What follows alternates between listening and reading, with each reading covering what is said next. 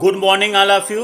आज हम लोग साझेदारी प्रवेश के अंतर्गत दिए गए प्रश्न को हल करने का प्रयास करेंगे, जिसके अंतर्गत जब साझेदारी की राशि फर्म में बनी रहती है, इस स्थिति के आधार पर इस प्रश्न को हल करेंगे।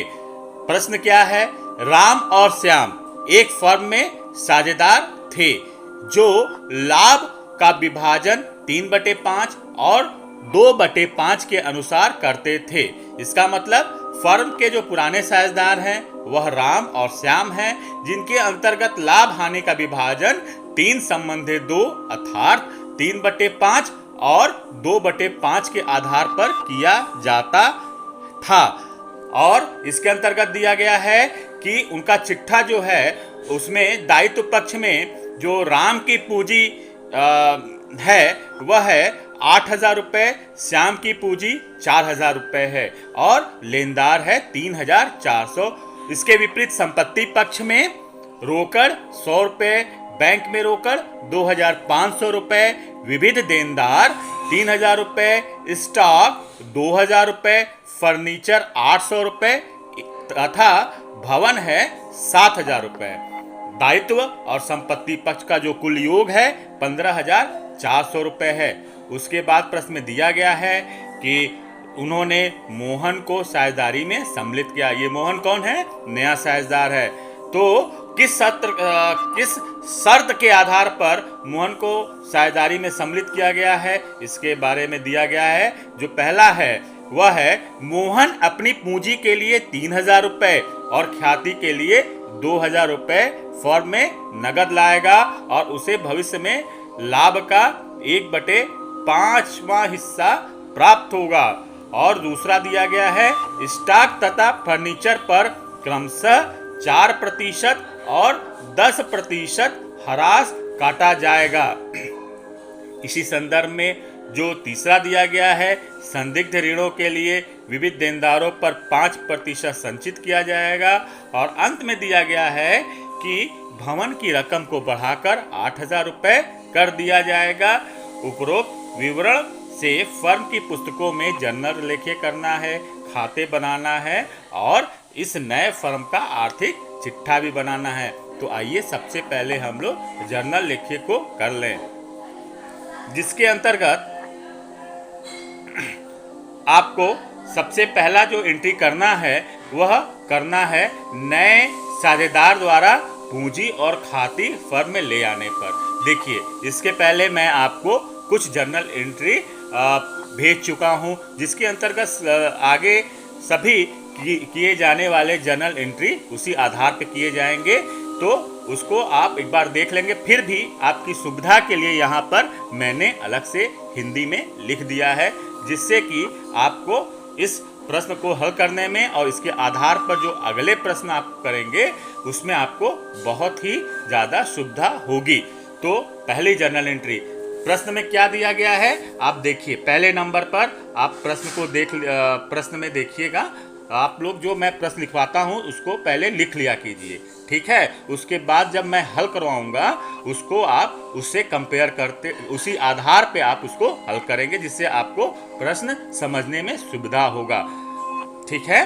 तो प्रश्न में दिया गया, मैं आपसे बता रहा हूं कि प्रश्न में दिया गया है जो पहला है पॉइंट है वह है समायोजना के अंतर्गत मोहन अपनी पूंजी के लिए 3,000 रुपये और ख्याति के लिए 2,000 रुपये नगद लाएगा। एक बार मैं आपको दिखा भी देता हूं जी।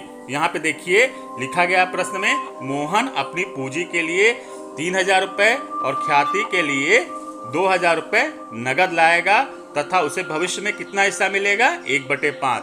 तो जो मोहन अपनी पूंजी के लिए 3,000 रुपये और ख्याति के लिए नगद ला रहा है उसके लिए जो जर्नल एंट्री की जाएगी वो की जाएगी, क्या की जाएगी? कैश अकाउंट DR, क्योंकि फर्म में कैश आ रहा है इसलिए कैश डेबिट हो जाएगा। फिर उसके बाद कितनी पूंजी ला रहा है?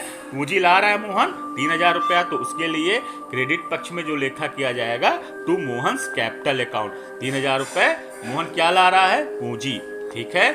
और उसके साथ जो ख्याति के लिए ला रहा है, यहाँ ख्याति को क्या लिखेंगे? प्रीमियम। प्रीमियम ना एक आभार व्यक्त कर रहा है।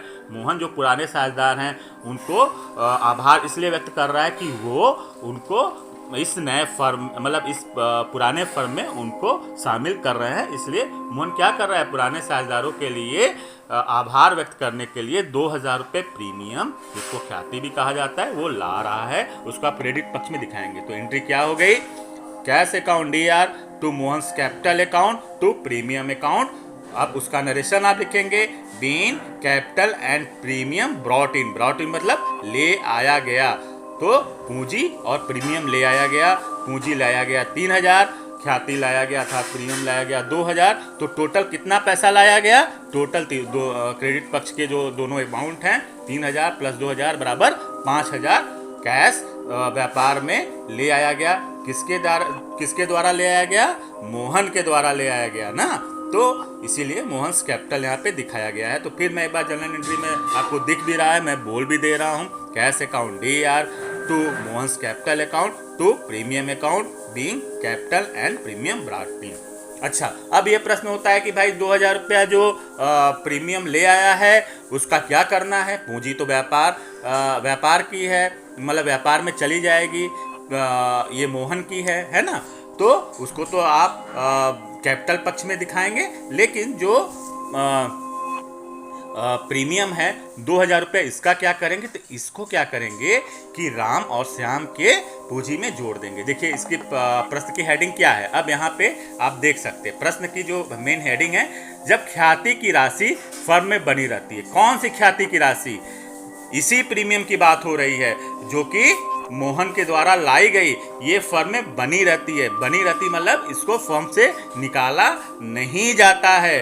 तो जो प्रीमियम की राशि है उसके लिए इस आधार पर जो एंट्री की जाएगी, देखिए मैंने उसको लिख भी दिया है कि ख्याति की राशि को पुराने साझेदारों में बांटने पर, तो ख्याति की राशि को यहाँ पे क्या कह रहे हैं, प्रीमियम। तो हो जाएगा premium account DR to Ram's capital account to Shyam's capital account. ऐसा क्यों, क्योंकि राम और श्याम को इसमें से उनका हिस्सा प्रदान करना है प्रीमियम में से, और किस अनुपात में करना है, चूंकि अनुपात देखिए प्रश्न में आपको दिया गया है, यहाँ आपको दिख रहा है ना, मैं बोर्ड कर देता हूँ, 3/5 और 2/5 में। और प्रीमियम कितना है, प्रीमियम देखिए यहाँ पे दिया गया है ख्याति के लिए 2,000 रुपये। तो 2,000 को 3/5 और किसका है 3/5, राम का, और श्याम का कितना है 2/5। इस आधार पर इनको बांट दिया जाएगा। देखिए बगल में लिखा हुआ है ला, यहाँ पे 3 संबंधित 2 के अनुपात में, ठीक है। तो इसके लिए आप कैसे बांटेंगे, सबसे पहले आप निकाल लेंगे 3/5 जो राम का है, 2,000 का 3/5 पिछले प्रश्नों में आपको बताया गया है कि कैसे निकाला जाएगा। वैसे मैं एक बार मुंह से मतलब आपसे मैं बोल दे रहा हूँ, 5 से पहले भाग दे दीजिए। तो 5 चौका 20 और राम का हिस्सा कितना है 3/5, तो 5 से पहले भाग देंगे तो 400 आएगा और 4 तिहाई 12, तो 1,200 रुपया राम का हो जाएगा। इसी आधार पे 5 चौका 20, तो बचा कितना 400, और उसमें आप 2 का जब गुणा करेंगे तो 800 रुपया आ जाएगा, वो श्याम का हो जाएगा। तो मतलब प्रीमियम की राशि थी 2,000 रुपया, जिसे राम और श्याम में 3 संबंधी 2 के अनुपात में बांटा गया, जो निकल के आया है राम के लिए 1,200 रुपया और श्याम के लिए 800 रुपया, जो इनके कैपिटल में जोड़ दिया गया है, मतलब कि क्रेडिट कर दिया गया है उनके कैपिटल में ना। तो यही एंट्री की जाएगी, ख्याति की राशि पुराने साझेदारों में बांटने पर premium account DR to Ram's capital account to Shyam's capital account. उसके लिए जो नरेशन किया जाएगा, ठीक है, वो किया जाएगा being premium credited to old partners capital account, ठीक है। उसके बाद देखिए, जब कोई भी साझेदार फर्म में प्रवेश करता है तो क्या होता है, तो फर्म की स्थिति बदल जाती है। जो संपत्तियां होती हैं उनका पुनर्मूल्यांकन किया जाता है, मतलब कि जो उनकी जो नई वैल्यू है उसको पुराने वैल्यू के साथ तुलना किया जाता है, और ये देखा जाता है कि जो पुनर्मूल्यांकन में पुरानी वैल्यू अधिक है, तो मतलब जो पुराने संपत्ति का मूल्य है नए संपत्ति के मूल्य से अधिक है, तो इसका मतलब ये होगा कि लाभ होगा। और यदि पुराने संपत्ति की वैल्यू नई संपत्ति की वैल्यू से घट जाती है तो फर्म को क्या हो जाएगा, हानि हो जाएगा। तो उसके लिए लेखा किया जाता है जिसको बोलते हैं पुनर्मूल्यांकन का लेखा। अच्छा, पुनर्मूल्यांकन को क्या बोलते हैं, रीवैल्यूएशन अकाउंट, जिसकी स्पेलिंग है REVALUATION, रीवैल्यूएशन अकाउंट। ठीक है, तो अब रीवैल्यूएशन अकाउंट के लिए आप क्या करेंगे, अब देखिए प्रश्न में दिया गया, मैं फिर से आ रहा हूं, मैं प्रश्न में जो दिया गया है और इसको आप लोग देखिए।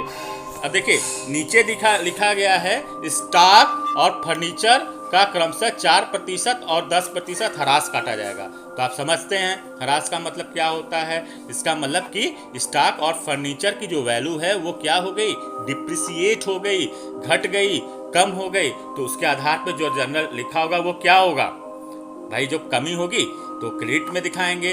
तो रीवैल्यूएशन अकाउंट DR, चूंकि यहाँ पे मूल्य में कमी हो रही है तो इसीलिए क्या होगा, जब कोई लॉस होता है तो उसको डेबिट में दिखाते हैं ना, आपको हम बताए थे क्लास में।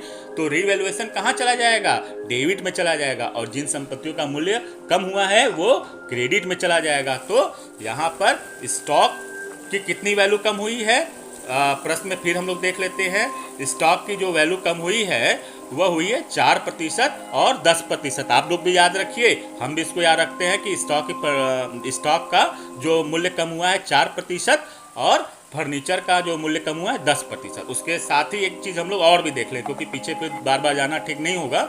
संदिग्ध ऋणों के लिए मतलब देनदारों का जो मूल्य है, उस मतलब देनदार हैं उसमें 5% संदिग्ध हैं, मतलब RFBD हैं। ये भी फर्म के लिए नुकसान होता है। ऐसे देनदार जो कि अपने दायित्व का निर्वहन नहीं कर पाते हैं, अर्थात उनको जो कि उनकी मतलब जो देना है उनको, उनकी जो देयता होती है उसका वो पेमेंट नहीं कर पाते हैं, तो उसको RFBD अर्थात संदिग्ध ऋण कहते हैं। तो वो 5% है जो कि डेटर्स पर ही निकाला जाता है। तो ये हम लोग याद कर लें। सबसे पहले फर्नीचर पे स्टॉक पे 4% निकालना है, फर्नीचर पे 10% और RFBD पर मतलब देनदार पर 5% निकालना है। लिखेंगे RFBD, निकालेंगे कहाँ से, डेटर से निकालेंगे। ठीक है, अब चलिए हम लोग प्रश्न में चलते हैं।